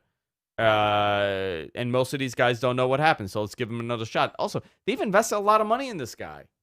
Yes, I think that's the big thing. They want a return on their investment. And also, like, if you put WWE is pretty much like they're very kid friendly. They skew kid friendly, right? If a kid sees Lars Sullivan, he's gonna go, ew, gross. It's the bad guy. Yeah. Right? WWE needs he's like a Bastion Booger. He is like a Bastion Booger. Also, this weekend, GCW is presenting The Collective, which takes place in Indianapolis, Indiana, at the Fairgrounds, October 9th through the 11th. Wrestle Travel is a sponsor of this. I'm reading this. They have a 2,000 seat venue, which will be scaled back, obviously, for social distancing and won't be exceeding 25%. But they have a bunch of shows happening right now. One example is Joey Janela's Spring Break is happening. I don't even think anybody knows this. They got Jimmy Lloyd's D-Generation F happening. They got Southern Underground Pro at 4 p.m. This was yesterday, the 9th. They got Absolutely Intense Wrestling 8 p.m. yesterday and Midnight for the Culture. I don't know what that is. Effie's Big Gay Brunch at 11 o'clock today. Glory Pro Wrestling at 3 p.m. Joey Janela's Spring Break headlining 7 p.m. today, Eastern Time, and Midnight Freelance Underground. Sunday, they're going to have Black Label Pro at noon, Shimmer at 4 p.m., Josh Barnett's Bloodsport, and Paradigm Pro Wrestling. So this is everything that was planned for WrestleMania. Wow. So they're also WrestleMania 2022 pre-sale goes on sale also. So I'm guessing they mean 2021. I can't imagine they mean 2022. Yeah. But they're doing a show, a big show. So about 300 people are going to be there at the fairgrounds, the Marion County Fairgrounds. That is the most carny word in the alphabet. The fairgrounds, yeah. Live from the fairgrounds. We're in the Eiffel Emporium Fairgrounds in Cincinnati, Ohio. I don't want there to be any fairgrounds left. I want them all gone. Really? It's like you want to frack all the fairgrounds? I want to frack all the fairgrounds. Guys, submit your questions and your what ifs. Give us a good what if to do before we end the show today. We got a good one. Let's do the questions first. Actually, MG Geek sent a really good, Mr. Gonzo sent a really good what if, but let's do some more questions. All right, do it. Actually, Dan Knightley. What if the same wrestlers didn't wrestle each other every week? That would be fantastic.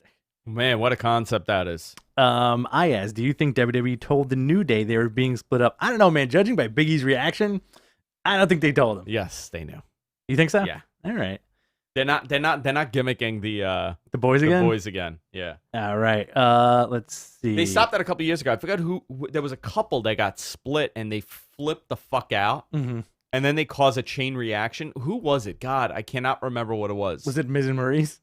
It wasn't Miz and Maurice. I want to say it was like a legit couple. It was a legit couple, and they got split, and they got so fucking mad where they caused this chain reaction of everybody else that was moved around. Wow. That was like, no, we're not doing this, and they reversed course on doing this carny shit. Wow. It wasn't Lana and Rusev. Was it? It was Paige and Alberto.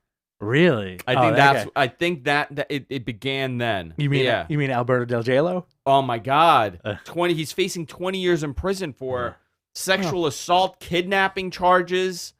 He's bonkers, huh? Yeah, that guy's nuts. That guy is nuts. That guy is nuts, man. Drugs will do that to you. He's very much into into the same drugs that a lot of other athletes are into. Classic drug use, man. Yeah. Will- Andrade and Zelina are not a couple, though. It was Alice. Yeah, it was Alice. There was something weird that happened, and they moved people. They've done this a couple times, but I think they're a lot more conscious about splitting couples up before they looked for a reason to do it, which is so fucked up. Yeah. Oh, you're dating? Not anymore. No. I'm your daddy now. Oh, no. Will Mox ever defend the U.S. title again? Yes. He actually, there's rumblings happening that he even might defend it in North America. Okay, that's cool. So it just says a lot about the relationship with New Japan right now. By the way, the New Japan situation is a lot more interesting than people think. Harold May, their CEO, the president, stepped down. He's still there, and there's now the guy that got it, that is the new, I guess, acting president. He was a former head of the North American expansion, but the story is that he's just a figurehead. That it's more of a collective from the executives of New Japan. So very interesting. Listen, man, that whole thing is gonna get opened up and wrapped up immediately. Because I feel like they're doing. I feel like they're gearing up for like big Bullet Club stuff to happen. But they could do it once or twice a year. That's it. You don't have to do the Ring of Honor thing where it's saturating your own product. Do it once or twice a year. You know, the Worlds Collide show that WWE does. Yeah, that's a great concept. Yes. But do it properly.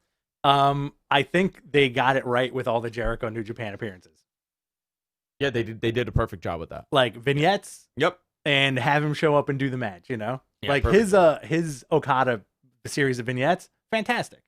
Yeah. He was also like the other night on Dynamite, I was like, holy shit, this dude really wrestled a lot of the top guys in New Japan when he was there. Yeah. And they did it right. He wasn't on TV every single week. No, and that's the way to do it. All right, let's see if there's any more questions before we jump into this. Let's do your questions and your what ifs. All right, so it doesn't look like there's any. All right. One last question. Yeah. Aaron Banks, thoughts on Joey Ryan suing people for millions for wrongful allegations against him? I don't know, man. I don't want to state an opinion because I don't know exactly what happened. It looks really bad when you have that many people accusing you. Yeah. But you also have to be pretty confident that you're not wrong if you're taking this to court. Because generally, if you did commit a crime like sexual assault or whatever, however you want to deem what he did, you don't necessarily sue them back. I mean, I get it. Some people do. Some people are psychopaths. Some people are really fucked up. But I don't know much about the cases. Right. And I don't like commenting on something as sensitive as this, a sexual assault, before knowing everything that's being presented. I give you a great example. I watched a documentary, the Craig Carton documentary on HBO. It was such a one-sided version where you're watching it. You're like, oh my God, this guy is such a nice guy, and he just made a bad mistake. That's not the fact. This guy's a really bad guy, and he affected a lot of people with his one decision that he made. So I think when you're looking at it this way, you need all the facts. You got to see the complaints. You got to see what's being presented.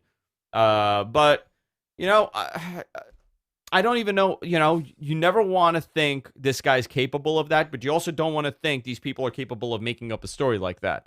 You know what I mean? Like it's a bad situation. It's a terrible situation, but I want to see what information comes out. It's a very bad situation. I don't know much about it. Yeah. I mean, also like we live in a very litigious society, and it just so happens that the wrestling industry is marred with litigiousness, where you have Candy Cartwright suing Matt Riddle and WWE and Gabe Sapolsky, right? You have people suing Joey Ryan. You have Joey Ryan suing them back. You have Effie may sue Joey Ryan now because Effie was saying he lost a lot of money, and he was saying maybe I'll sue this guy. Why is Effie suing? because by guilt by association, where he lost a lot of money, saying that he lost a lot of money because he was on those shows, and now that those shows are gone, he's like, maybe I'll sue this guy too, because now people think I'm a piece of shit because of this guy, or something along those lines. Very litigious stuff, but we don't have the information. No worries, man. You got a hot ear? No, I got like a ringing. That stinks, man. You got to go to the ear doctor today. I got a Do you want me to drive you to the ear doctor? You want to pick me up, carry me? The ear doctor, like the bodyguard? Yeah. But do you want to know the information? I don't. I feel like that's just... you know what? I would like to, so I could state an opinion, so I know if this guy's a piece of crap or not. Obviously, like, you got to do something in order for you to have those kind of accusations. You know what I mean? Like, I work around so many women. Yeah. I cannot tell you that there is one possible opportunity for someone to say, Andrew did this, or Andrew said this to me. I don't function like that. Yeah. But I'm also not in this carny business. Plus, you're also live streaming yourself all day with a selfie stick. Yeah, that's it. So, like, Mike Pence won't be in a room with a woman alone. Mm-hmm. I was like, that's a little weird. He's a psychopath? Because he's a psychopath, yeah. But, I mean, I'm like, well, you know what? You'll never be accused, Hey, listen, man. The less said, the better, I think, on politics from us. Mr. Smalls, what if Tessa Blanchard debuts at the 2021 Royal Rumble? What will be some great feuds for her in the WWE? Oh, everybody. Charlotte. Everybody. Yeah, everybody. 100%. That whole roster. Yeah, the whole roster. She'll do well with them. Okay, so let's... Mike and Maria Bennett, I don't know anything about right now. I don't know where they are. I think Impact. The last I had heard, they were more likely to go to Impact than anywhere else. Well, Mike said he wanted to leave, and Maria said, hey, I don't want to leave. Where? No, they're both gone. No, I understand that. But Mike, in a recent interview, said at one point he wanted to leave, and Maria said, I want to stay. Yeah. Okay, so I'm going to give us a choice. Yeah. All right, so there's 3. Okay. Crown Wolf. What if Chyna never left WWE? Okay. Would she have survived the transition within the women's division? Okay. That's a good question. That's a very good question. That's from Crown Wolf. Kayfabe Chronicles. What if Hogan actually stayed away from WWE following WrestleMania 8? Don't remember if you guys have covered this. It's Hogan, so yeah, probably. Okay. And MG Geek. What if Sting would have signed with WWE instead of TNA in 2007? I'm leaning towards that one. You want to go with that? Yeah. Okay. I got to see WWE in 2007. The Chyna one is very good, Crown Wolf. Also, kayfabe. That's a good question, but I feel like we did cover that at some point. Which one? Hogan staying away from WWE. So, I mean, I could touch on it quickly, right? Okay. But we could spend some more time next week on this. So, Hogan after WrestleMania 8. Mm-hmm. WrestleMania 8 was the Sid match, right? Yeah, WrestleMania 8 was a Sid match. WrestleMania 9 was Caesar's Palace. Okay. Yes. Was it at Caesar's Palace? It was. Yeah. So WrestleMania 8, that was the plan because they were selling it as his retirement. Yeah. And he did those interviews with Vince. He would sit down and do these long interviews with Vince about how his career is ending and all this stuff. And if he loses, he's never coming back. He wasn't really around much after that. But what happened when they started Raw, the plan was for him to come back for Raw. He was on, I think, like 2 episodes. He wasn't on much.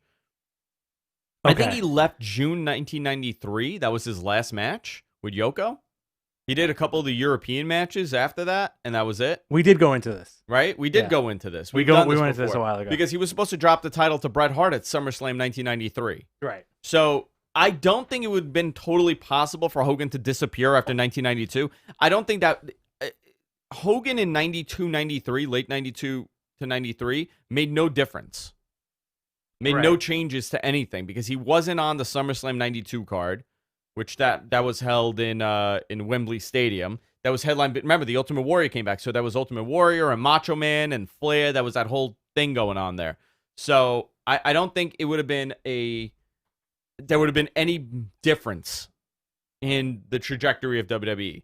However, I would have loved to do a Hogan in 93, 94. Okay.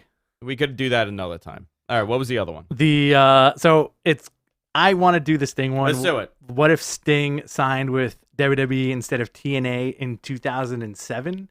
That would mean that we would miss two interesting moments in the TNA run. Him saving Jeff Hardy's ass. Okay. Because Jeff Hardy was too effed up to wrestle. You remember that? Yes. And we wouldn't have gotten Joker Sting. We would have never gotten Joker Sting. No. I don't think WWE would have had the wherewithal in 2007 to give him the package that we got in 2016. When in 2007 do you bring him in? Rumble. You would bring him in. You want to start January? Yeah, Okay, let's do that. Rumble Surprise 2007. Let me see what WrestleMania 23 looked like. Because I'll book to WrestleMania. Wow, that was the Battle of the Billionaires, WrestleMania 23. Oh, boy. The highest rated WrestleMania ever. 1.2 million buys. That friggin' poster. I know that poster's ridiculous. What a ridiculous thing. So let's just go. I'm gonna read the WrestleMania match.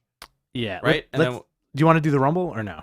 Yeah, no, Okay. I'm gonna read that. No, we'll go to Rumble, but I need to backtrack, right? Okay. So you had John Cena defeating. So there was a singles match for the title. John Cena defeated Shawn Michaels. Mm-hmm.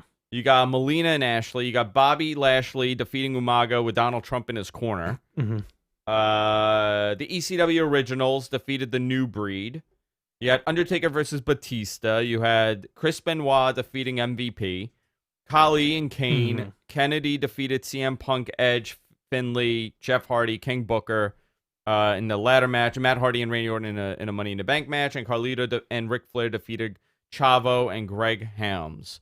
So that was Hams.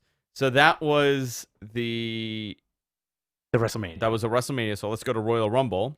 All right. So I'll do the Rumble. Okay, you go. Okay. So Rumble was JTG versus beat Lance Cade.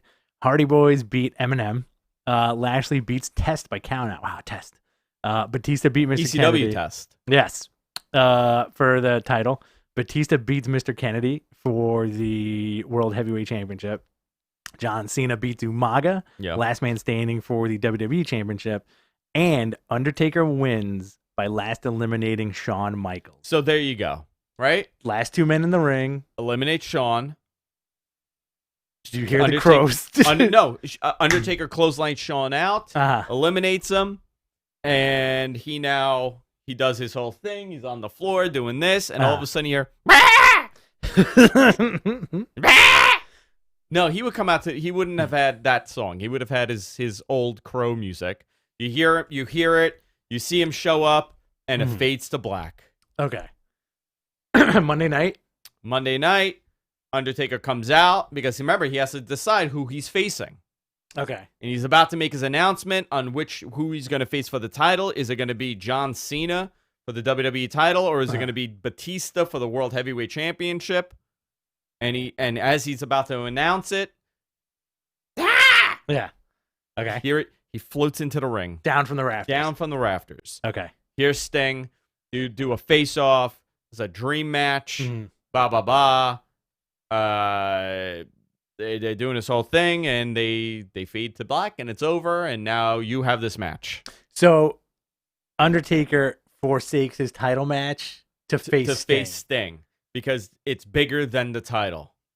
And that would headline WrestleMania. I don't know. Let me... No, because the Battle of the Billionaires would still headline WrestleMania. Okay. Wasn't that the main event? No, it wasn't the main event. No, main event was John Cena and Shawn Michaels. And Shawn Michaels. So this kind of changes everything here, right? Because you would still have Shawn. Shawn was now... how did Shawn get a title shot? He won since Batista took on The Undertaker. There was an opening. Yeah. Okay. So now we got No Way Out, right? No, we're at No Way Out. You got Rob Van Dam, Shelton Benjamin, Chris Benoit, and the Hardys. Let's go. So you got here we go. Shawn Michaels and John Cena defeated Batista and The Undertaker. Okay. This match would be replaced. It would be different. You would have Batista in a feud with who do I? Okay, Mr. Kennedy challenges Batista for the world title at WrestleMania. That's where I'm gonna go with this. Okay, and I'm gonna have Sting and Undertaker in the match against Shawn and Really? and John Cena. So I got to book this differently because my idea was to have Yeah. a tag match with The Undertaker and Sting facing somebody. Okay. You know what? Here we go. You ready for this? Yeah. I would have Kane and Booker T versus The Okay. Undertaker and Sting at No Okay. Way Out. Okay. Undertaker and Sting lose, Mm-hmm. and you continue to feud there. That's how I get to that WrestleMania match. Okay. And then Batista now has to defend that title to somebody at WrestleMania. You said Mr. Kennedy already. Mr. Kennedy? Should I go with Mr. That's Kennedy? what you said before. Let me just see WrestleMania again. No, because he won. No, I can't do Mr. Kennedy because Kennedy wins the Money in the Bank. I would have Batista and... Does it matter? Doesn't matter. really I could do yeah. Booker T. I could do Yeah. Kane. It doesn't matter. Let's do Kane. Okay, Kane. That's what I do. Yeah. Undertaker would beat Sting. Okay. So, my whole issue is that if they brought Sting in 2017, they would 2007. 2007, sorry. They would not give him the fanfare that they would have given him, that they gave him when he came back, right? Oh, yeah. He Interesting. he would not have had the ridiculous, cinematic intro. He wouldn't have had, the big Mania match. I feel like in 2007, it would have been an afterthought, and I don't even think he would have faced The Undertaker. I feel like they would have teased it. He would have showed up at the Rumble, faced off with Taker, No Way Out, squash match With who? with Sting. Who would beat Sting? Undertaker Undertaker beats Sting at No Way Out? at No Way Out. And then you Ah. continue the same course, and then at WrestleMania, Sting ends up in a triple threat with Cena and Shawn Michaels, let's say, and he loses. They don't know what to do with him at Man, this point. I'm right? gonna go with the best. I'm gonna go with the best way to do it. Okay. I definitely think that match has to happen. Mm. 100%. You don't think so? You truly believe that they would screw up Undertaker Sting in 2007? Absolutely. I think that's so disappointing. I feel like because look at the roster, look at the way how it just seemed like at that point in time they probably did not give a shit about Sting, as opposed to 2016 where this guy's winding down his career. I never had the big moment, and in 2000 it was 2016, right? What? That Sting When he came showed back. up? Yeah. I think so. No, 2015. Okay. I So, can't remember. It's all those years are the same. but at that point, so late in his career, because they know he's not going to go anywhere else. We're in 2007. No. In 2015 when he came back. Yeah. It was that he wanted to do it just so he could say he did it. Right. And then marquee matches, right? He left on even though he got hurt, he kind of left on a high note. Yeah. Big WrestleMania moment. They wouldn't have done that in 2007. Dude, him and Seth Rollins were having a really good match Absolutely. until he got all screwed up. Yeah. So I feel like they would still. I think if Sting showed up, that was the last one that they never got. Right. So I do think they would have done something. I just don't know what it would have been and how long. So remember, you would have had to book this. They were definitely going with HBK and John Cena that year. Sure. 100%. Which, by the way, I think that was a big mistake. HBK should have won the title. I agree. And that was a very strange call, and I think it had to do with Shawn not wanting the title. Exactly. Shawn did not want the title because he was only working a limited schedule. But I think for the story of Shawn, Mhm. him not getting that WWE title one last time, it was a detriment. I also feel the same about Flair. I think Flair should have beat Hunter in that Raw match when they had a Okay. I consider one of my favorite Ric Flair matches. It's him, and it's on the Ric Flair DVD that they put out many years ago. Yes. And at the end they held him up with the title and everything. They should have had him drop the title, and just he could have won the title for the last time, 19th time, whatever the hell number they're using. 17 it would have been. It would have been 17, but in reality it would have been like 23. Right. Have him have that title and then have him drop it immediately at the next pay-per-view. It would have done nothing other than solidify that title again. Absolutely. And giving, they're so against giving you what you want. Yeah. And that's the thing about wrestling, right? That's the thing about that makes it work sometimes. Yes. That you're constantly wanting something, but you know what? Hunter beating Flair didn't do anything to elevate Hunter and didn't do anything to hurt Flair. I agree with that 100%. And I feel like when it's done right, it's done right. And the one instance that pops into my head where I remember being so vested in it was when Triple H had that title, I think, for like 9 months, and The Rock finally beat him. Oh, yeah, It was like early 2000s, Yeah. right? that's when you want something, and then finally it's Finally done right. you get it, yeah. You know, but I feel like WWE has a bad habit of it's more trolling. Yes, that perfect. You know, Perfect. That is exactly. Yeah. That is a perfect explanation. So you hit the nail on the head because I was thinking about like when I would watch. Like, I remember when Austin came back, right, after his neck injury. Yeah. And him and Hunter were in this feud. Yeah. I don't remember if Hunter had the title or not, but I'm sure he did have the title because it was like a screw finish every match. I wanted Hunter to lose. Right. I wanted him to lose, and he didn't lose, and I was so angry about it. But that's a natural feeling that you want to have. I feel like you're right. When they do that now, I don't watch a match. I don't watch any heel with a title where I'm saying, I want him to drop that. Like, I don't have that. I don't see, and I don't know if it's because we cover wrestling now. Yeah. So we like look at it differently. That may be a reason, but I cannot remember the last time a heel has a title and a babyface is challenging. My lights are getting upset. And I want that guy to lose so badly, and I want the babyface to win the title. Yeah. I mean, Daniel Bryan, that would be the last one. I agree with that. I think the Daniel Bryan thing is interesting. You know who that's gonna happen with? MJF. He's gonna when as a heel. Yeah, he's gonna have the title and someone's gonna beat him. I hope so. I think just him as a character, you want to see him get his comeuppance. So the transfer in heat reminded me. HBK was a fill-in for Hunter that year. That's why. Okay. Yeah. So listen, I think that's how I would do it. 2007 is such a blurry, like that era. Yeah, is so weird to me. Like 2003, 2004, 2005, 6, 7, 8, 9. It's like a weird mix up. Yeah. 2005 I remember very detailed, vividly. 2006 I remember very vividly. 2007, 8, 9, 10, like. Dude, you got to remember, John Cena and The Miz headlined WrestleMania. Right. In one of the worst main evented WrestleMania matches ever. Oof. It wasn't a bad match. No. It was just a terrible match. And the only reason why it headlined is because The Rock was in it. Good. And it was a setup for the following year. Good for Miz, though. Good for Miz, but I'm like, they do weird stuff. Like that whole Cena thing. Like, were you invested in Cena? I really thought like they were going to give it to Shawn again, to be honest with you. No, I'm saying in general, though. Like Cena's run 2006 on. Yeah, sure. For like a little bit. You know, like I had no problem with John Cena. WrestleMania 26 was, I think, apart from the Undertaker Shawn match, probably one of the worst WrestleManias ever. And that should have headlined. Right. 25 and 26 they should have had. No, I thought 26 they did headline. They did headline 26. 25 they didn't. No, I'm sorry. 26 was which one was the Miz one? 27. Sorry. 27 was I'm thinking the Miz of 27. One, yeah. You had the 26 is the one where Brett beat Vince in a no holds barred match. This is the one where Rock hosted Undertaker, Triple H, no holds barred. That was the best part of the night.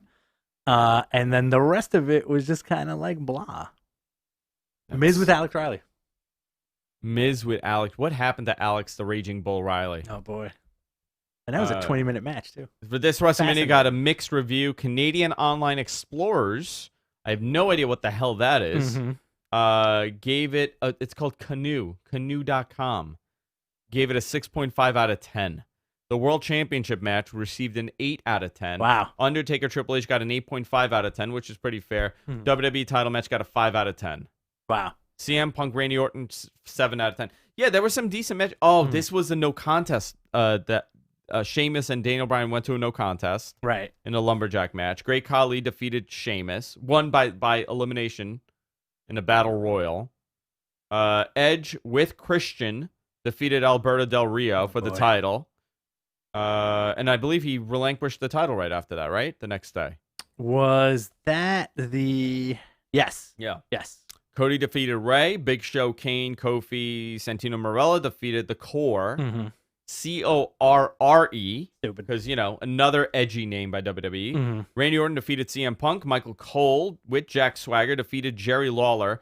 Terrible match with Stone Cold Steve Austin as a special guest referee.